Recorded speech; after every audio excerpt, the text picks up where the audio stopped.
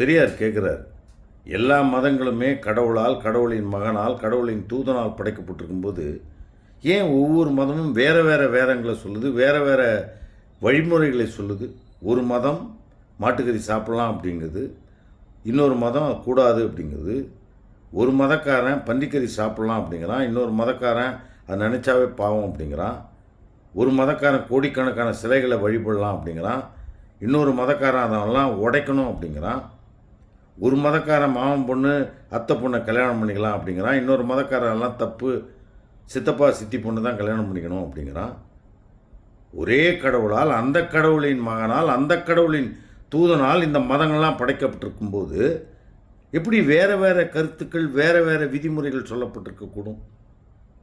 ஏன்னா இந்த விதிமுறைகள்லாம் மதங்கள் என்ற பேரில் அவர்கள் வாழ்ந்த சூழ்நிலைக்கு ஏற்ற மாதிரி அந்தந்த பகுதியில் கடவுளின் பெயரால் மனிதர்களால் உருவாக்கப்பட்டதுன்னு நல்லா தெரியுது.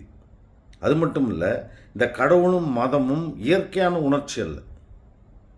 எப்படின்னா, ஒரு பார்ப்பன வீட்டில் பிறந்த குழந்தைய ஒரு பாய் எடுத்து வளர்த்தாருன்னா அது நாராயணனையோ முருகனையோ கும்பிடாது, அல்லாவை தான் கும்பிடும், நல்லா கறி சாப்பிடும். அதே மாதிரி அந்த பாய் வீட்டிலிருந்து ஒரு குழந்தைய எடுத்து இந்த பார்ப்பனர் வளர்த்தாருன்னா அது அல்லாவை கும்பிடாது, அது நாராயணனையோ முருகனையோ தான் கும்பிடும்.